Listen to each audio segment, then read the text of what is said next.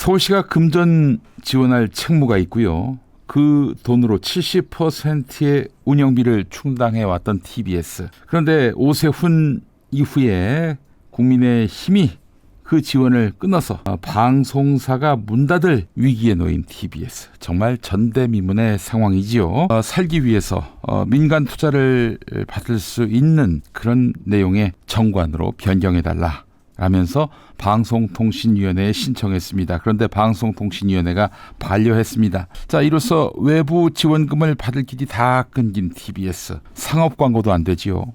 결국 문 닫을 일만 남았습니다. 그렇지 않아도 전 직원 해고 계획안이 이틀 전 그만둔 대표의 결재로 시행을 앞두고 있습니다. 언론노조 TBS 지부 방송통신위원회가 2022년 11월 서울시 의회가 TBS 지원조례 폐지를 의결한 이후 무려 1년 10개월이 되도록 무엇을 했는가? 그렇죠. 맞는 말입니다. 조례 폐지만으로도 지배구조와 사업 운영의 변경이 예상됐지만 방송통신위원회는 어떤 의견도 피력하지 않고 오직 언론장악에만 몰두했다라고 비판을 했습니다. 이 역시 맞는 이야기입니다.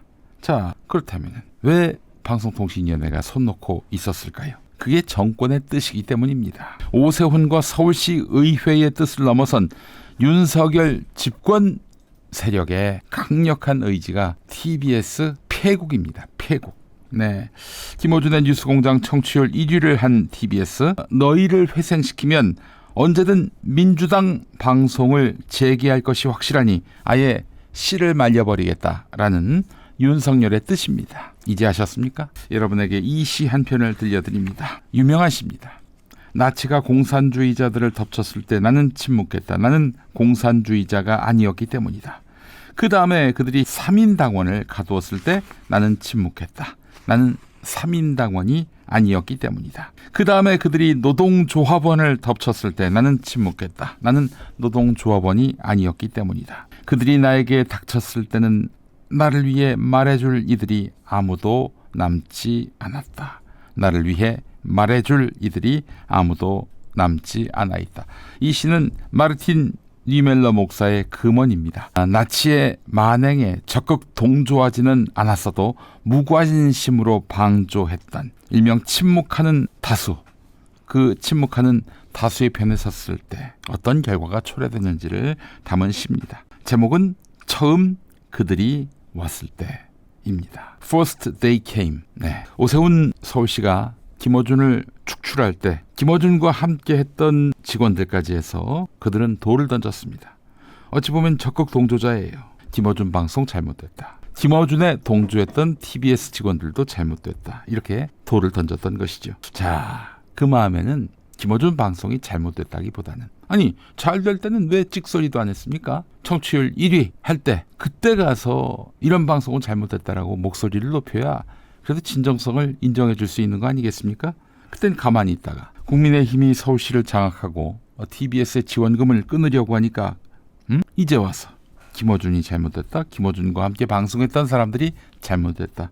이러고 있어요. 그 마음속에는 국민의힘이 장악한 서울시에 협력하면 살 길이 보일 것이다. 이렇게 생각했던 것은 아닐까요? 명백한 편성권 침해, 즉 언론 탄압을 보고도 못 본 척하면서 어떻게든 이 현실에서 나는 살아남을 수 있을까? 여기에만 골몰했던 사람들. 네, 결국 여러분 앞에 놓여진 것은 전원 해고였네요. 여러분의 고용을 위해서 말해줄 이들이 아무도 남아있지 않았습니다.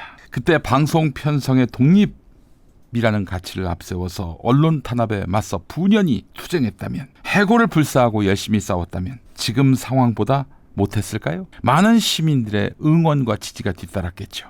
그리고 언론 탄압에 대한 한국을 넘어선 전 세계의 관심이 집중됐겠죠. 김어준 총수는 또 가만히 있었을까요? 상암동 길 건너 대각선 맞은편에 있는 MBC를 보기 바랍니다. TBS 직원들, 남아있는 TBS 직원들, 어떻게 하면 여기서 생존의 길을 모색할 수 있을까? 이 고민하고 있는 TBS 직원들.